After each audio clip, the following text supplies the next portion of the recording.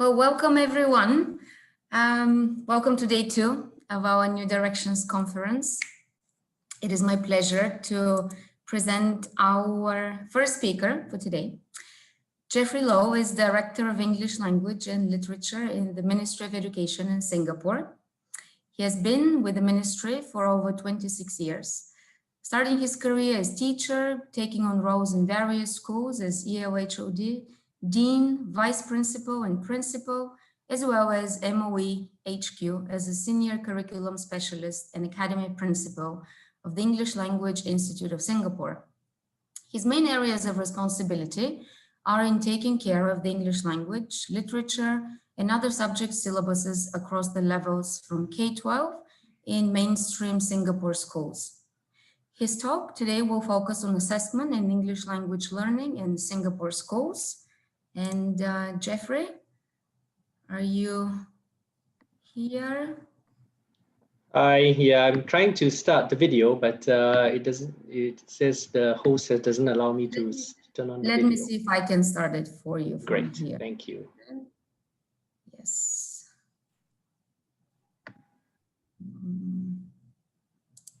Okay, try now. Okay, yeah, I think I've got that. Thank you very much, Great. Rados.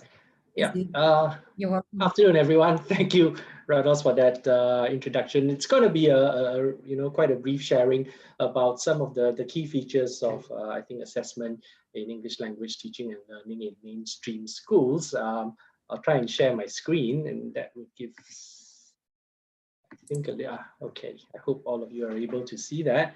Yes. So this is kind of like the focus of the presentation that I was going to do this afternoon, which would give a kind of brief overview of the focus from assessment of learning to assessment for learning in mainstream schools over the last few years. I would then move on to briefly talk about the basis for the assessment philosophy and practice that drives some of these changes. And then finally, the last part, I'll just give a kind of a brief overview about the new EL syllabus that had just been introduced this year. I mean, it's been a very, very unusual year. The fact that we're doing all of this online is really quite different. So hopefully I'll be able to give you some sense about the kinds of features that dominate this new syllabus. And if there are questions or points of clarification you'd like to make, I'll be very happy to hear some of your views towards the later part of the session. Okay, so I will make a start. Now, I think many of you who have worked in the Singapore system will know that in terms of assessment of learning, it's a pretty big thing, and it's been like that for a long time. English language is, or it does play a preeminent role in the education system in Singapore. For those of you who are not so familiar, all subjects other than the mother tongue languages are taught in the English language, and assessed proficiency in English language is a key factor in education progression. So really, in terms of how you do in your English language, makes a big difference in terms of how you would be seen as successful in your education system. So this is done primarily through the large national examinations like the primary school leaving examinations, which is a version of the 11 plus from a long time ago, as well as the GCE, NO, and A-level exams. So all these assess EL proficiency as a key factor in education achievement. And I can't really underplay the importance of some of this really. When I started out as a teacher in a sixth form college in Singapore, I remember, one of the things that I was told when you are a novice, you start out, okay, how do I get started and things like that. The starting point given to me by my mentor at that time was basically the examination paper. Okay, these are the examination papers. You prepare your students to offer these papers at the end of the 2-year course. So really, it had driven a lot of the practices within the classroom in terms of assessment. I mean, that was a good more than 25 years ago. There was really very, very little talk about assessment for learning. It was a lot of it was basically talk of assessment of learning, and there are a lot of, I'm sure you're very aware of some of the implications if that drives a lot of education practice. Okay, Now, I think you would all, if you have been following some of the developments in the Singapore education system, you will also know that have been a lot more recent moves towards focusing on assessment for learning. I mean, there has been, in a sense, for example, moves to underplay some of the school-based assessment. In the early years, for example, there's a conscious removal of summative assessments at the end of the year. More recently, some of the midpoints assessment have also been removed. Usually in the past, in schools in Singapore, there would be at the very least for every year of education, a large mid-year examinations and then an end-of-year examinations. So for certain levels, for example, the mid-year examinations have been removed as well. Hopefully that would give more time for teachers to focus on good AFL practices. Yeah, and place a little bit less emphasis on summative assessments in schools. So we know that summative assessments continue to play a very big part, but hopefully there's a very conscious effort to downplay some of these things. And when I'm talking about this, I'm not just referring to English language, I'm also referring to the broad suite of subjects that students offer. Yeah, but certainly English language is very much part of this entire effort. So for example, if I can remember when I was school principal, I was principal of a secondary school, mainstream secondary school. What we did was we did away with, for the first year, I mean, this was before it was a national policy, we did away with the first year mid-year exams for secondary 1 students. And we replaced that for English language, we replaced that with, for example, a performance task. The students put up a little play or whatever it is, and the teachers gave qualitative feedback to the students rather than any kind of summative grade that they would get for usually written pieces of work. Yeah. So as I mentioned, this move was done at the generic level. It's not just at the subject level. So across the system, within the Singapore education system, there is a conscious effort to move towards leveling up teachers' assessment literacy so that better assessment for learning could be practiced in class. So yeah, I'll come to that in a while. Before I get to the assessment policy, there was a rather assessment philosophy. There was a very conscious effort to level up teachers' professional practice. So workshops, sessions, as well as conferences were held, and a lot of focus was done for assessment for learning. And we had headquarters or officers from MOE HQ or headquarters going down to school to basically discuss with teachers, with heads, how they can transit towards better assessment for learning practices. So that was quite a big effort over the last, I think by now, a good 10 years or so, So on the basis of this, basically how we view this is the central role that assessment plays in terms of the learning process. Yeah, we feel that it's important that assessment must begin with very clear purpose, and assessment should gather information to inform practice. I think all of these are probably nothing new to any of you, and many of you are very, very familiar with the kind of basis or assessment philosophy that I'm talking about. So these are just general practices. Okay, now the English language syllabus, as I've mentioned, was just introduced in the early part of this year. Of course, the development took a good number of years, but the focus of language learning, basically a lot of it falls on an approach based on multi-literacies, multi-metacognition, and inquiry through dialogue.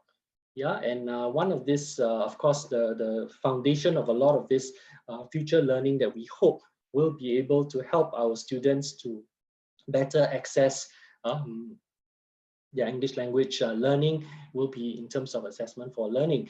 If you look at the diagram, I have reflected that there's a lot there that could be unpacked, but I probably don't have the time, and this is not the place to do some of these things. But certainly there are a number of things which we hope to place a great deal more emphasis. I've mentioned at the start of my brief sharing that English language is a very, very important aspect of education in Singapore because it is the means by which students access knowledge across different subjects. So having our students attain a high level of language competence is something which we view is very, very important. Yeah, so I know we've heard a lot of talk about 21st century competencies. We've heard a lot of talk about things like that, so in terms of the English language classroom, this effort to have a broad range of approaches to make sure that students access their learning well is very, very important. So of course, there is the whole notion of writing, which continues to be important. So assessment for learning through writing would go beyond just giving the student a grade, but for example, also giving good feedback that enables the students to be able to learn from some of that. I think some of you probably would be aware there's a lot of work now, for example, in terms of metacognition. What are the processes that students go through in terms of trying to formulate or represent some of their ideas? Oracy is something that we continue to place as in terms of a great deal of importance. Sometimes because at some levels, for example, at A level, oracy is not part of the assessment for English language. Sometimes it gets pushed to the background, mainly because the end of year exams don't assess oracy at that particular level. But it's something that we continue to view as important as good classroom practice, because communication skills are important.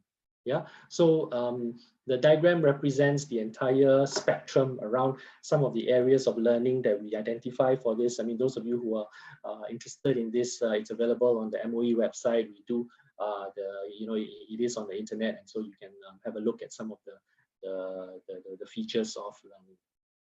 Okay. Now, the aims of assessment. Now, through the English language syllabus, what we hope to do is hope to encourage teachers to continually, in a sense, monitor students' learning.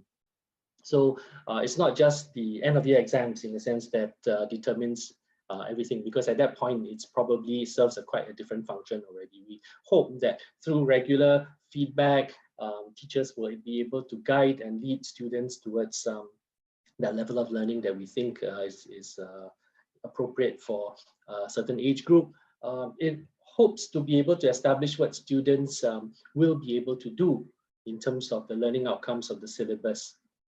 Yeah, we also hope that students will be able to develop self-directedness. I think that's something which there's been a lot of talk about in 21st century learning and things like that. So we hope that students will not just rely on teachers all the time, but also be able to establish a kind of self-efficacy in being able to look at their own learning for themselves. And I think I'm sure there's lots of talk now about how technology is able to help that. And we're working very, very actively with some about to say vendors, but some partners in working out some technology-assisted learning in English language. We hope also that assessment information will be used to differentiate instruction, okay, and cater to students' different levels of readiness, interest, and learning profiles. I think some of you who've been following the system will also know that from next year onwards, at least, in terms of the secondary school level, we're doing away with the kind of broad streaming practices that used to be very much part of the system. Yeah, and there will be a greater, in a sense, flow of students across different learning levels. So the ability to differentiate instruction becomes even more important. And again, like I said, there has been a great move towards enhancing the professionalism of teachers about this. I remember for myself, I did my teaching practice in Britain a long time, like I said, a long time ago, and that was, in a sense, the first exposure I had in having students in the same classroom doing tasks of different levels of difficulty, which I found, quite novel at the time, because traditionally, my own education as a student in Singapore, everyone was thought of to be, in a sense, exactly the same.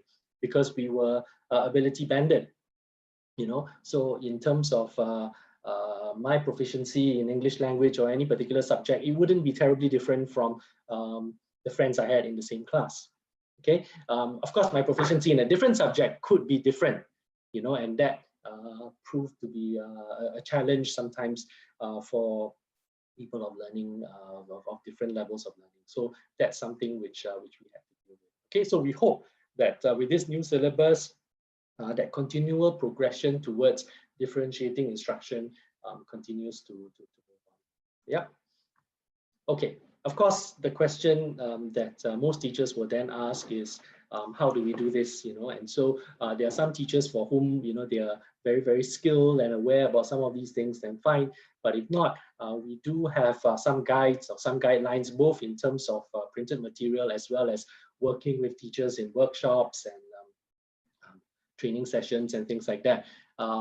So teachers are encouraged to have pre-assessment to determine students' points of entry. So I did indicate earlier that increasingly there'll be mixed ability classes. So this becomes even more important because different students will have different points of entry at different levels of learning.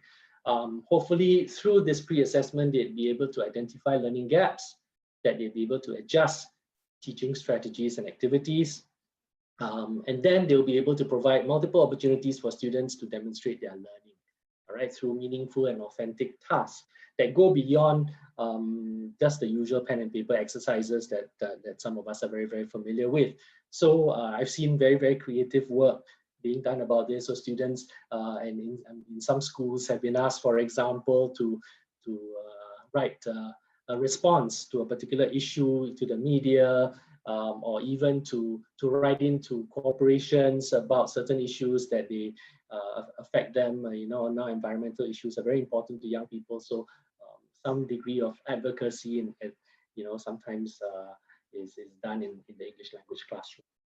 Yeah, we also work with teachers in terms of how to provide good quality feedback to students. Yeah, this again would be, I think the movement in this has been quite significant. As I said, you know, as a teacher, I do, or even as a student, I do remember receiving feedback from teachers that really wasn't terribly helpful beyond saying that you really haven't done a good job. So hopefully now teachers are better equipped to give good quality, specific, actionable feedback that students will be able to take away and use. Okay, we also encourage teachers to use students to involve students in self and peer assessment.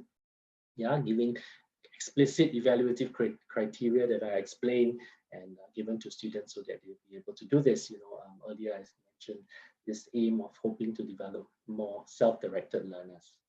Yeah. Okay, so what are the types of tasks? So there are all kinds and a whole range depending on the age level of students. I am talking about right across from primary, secondary, and even to pre-university levels. So it could include, you know, checklists, classroom observations, which generally used quite extensively, particularly in the primary schools for the younger children, whereas teachers use checklists to observe certain learning behaviors by students. We also use performance assessments like role plays, oral presentations that students make, portfolios, of course, I think that's nothing new. Project-based assignments are also used, and we also encourage teachers to be able to engage in teacher-student conferencing. Of course, that's very, very time intensive, but in as much as they're able to manage that given the workload that we have. Okay, so those are some examples of the kinds of assessment tasks. Of course, I haven't put down the obvious, which are the usual summative assessment tasks, or the usual comprehension type exercises and essay writing exercises. Those I think are quite common right across. Sorry. Okay. Then also, in a sense, we work with the instructional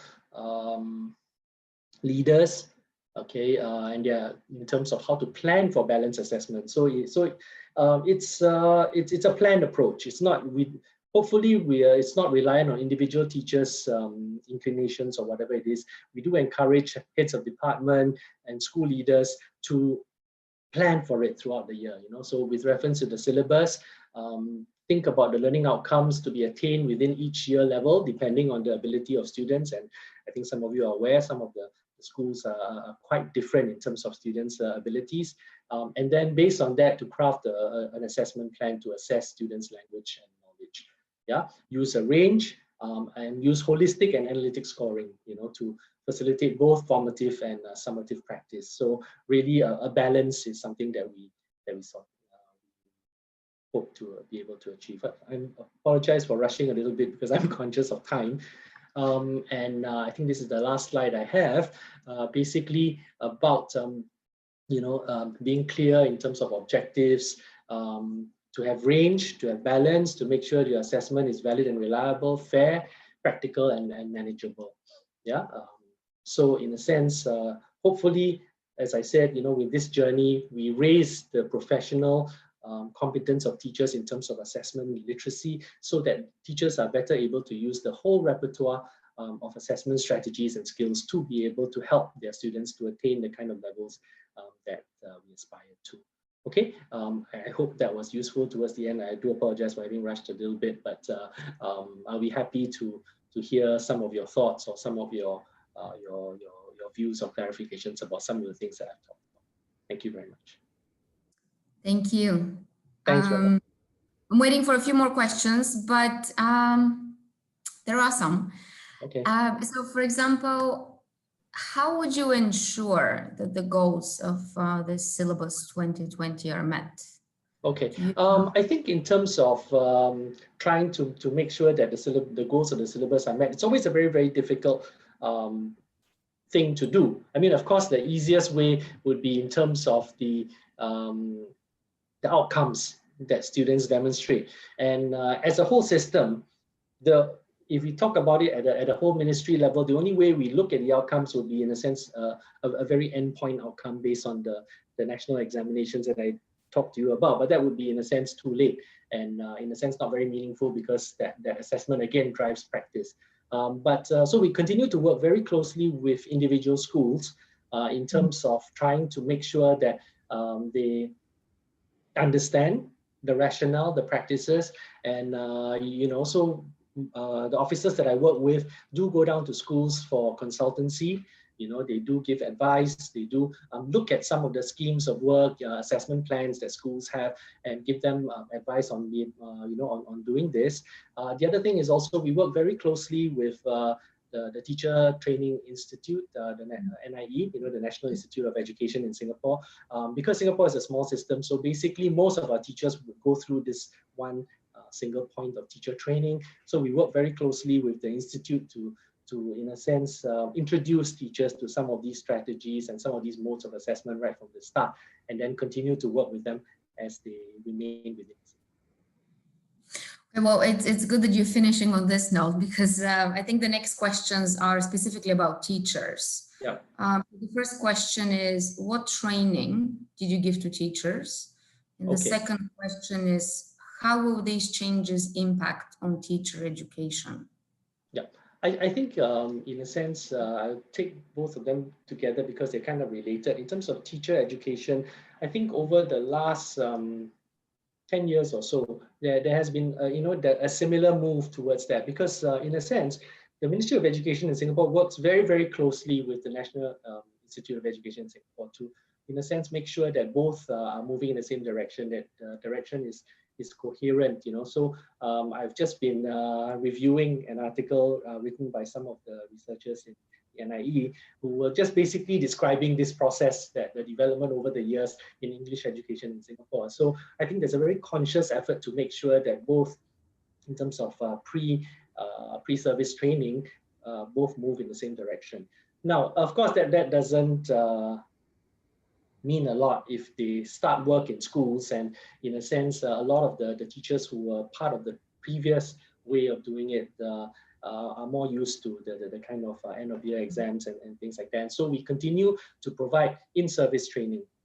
Yeah, some of you are aware that there is the Ministry of Education has set up ALIS, or the English Language Institute of Singapore, which is basically the professional development organization that hopes to level up teachers' professional competence. And in terms of assessment, this is certainly a big part of that. And so the master teachers do go down to schools to conduct school-based workshops. They work with teachers on specific areas. This is particularly helpful mainly because it contextualizes the learning to the situation in the particular school.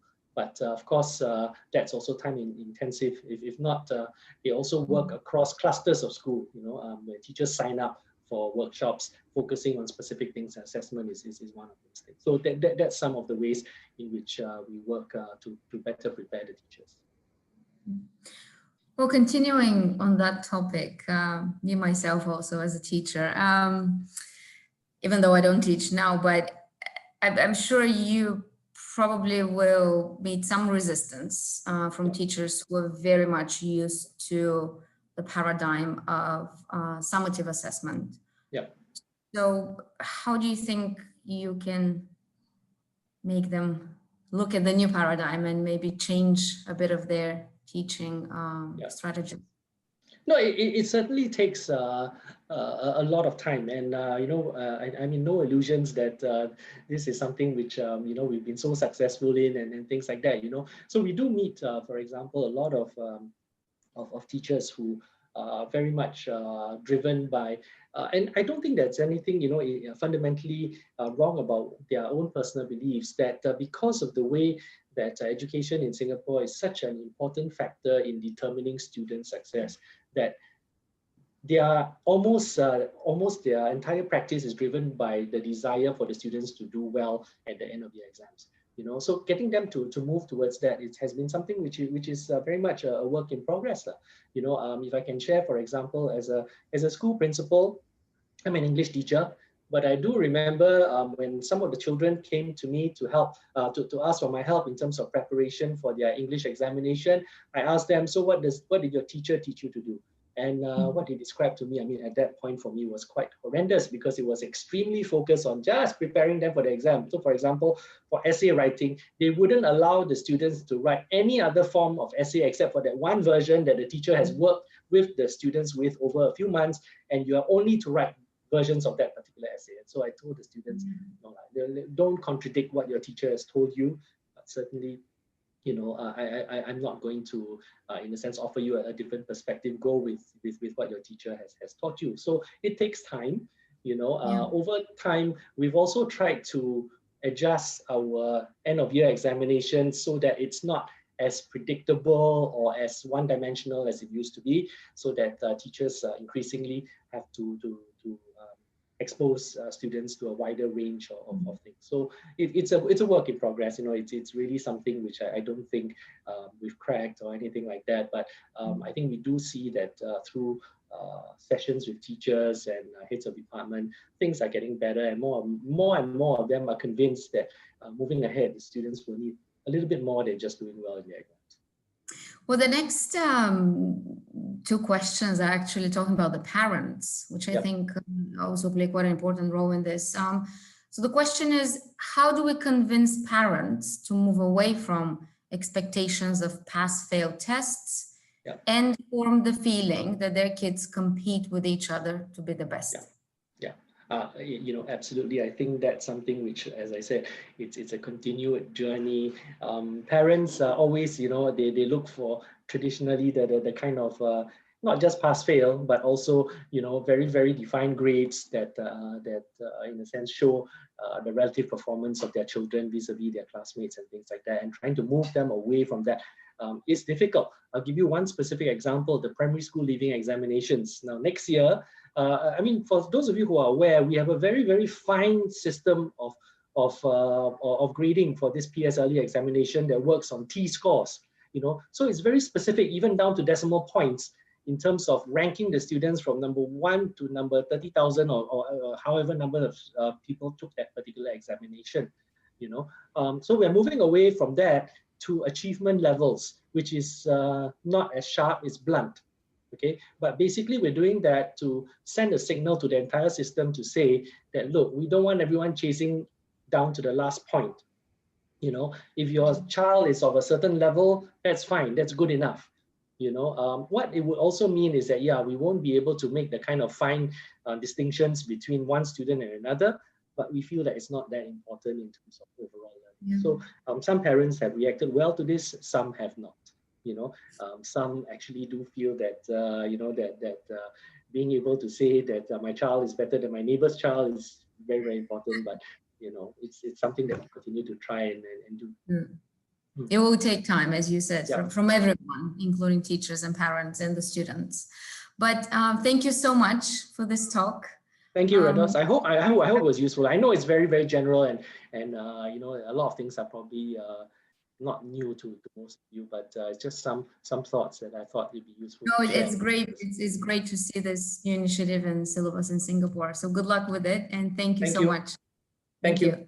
Thanks. For everyone else, please stay tuned. We'll be back in 10 minutes with our next speakers from Vietnam, and I will put a QR code for a survey. We would appreciate your feedback. It's anonymous. Thank you.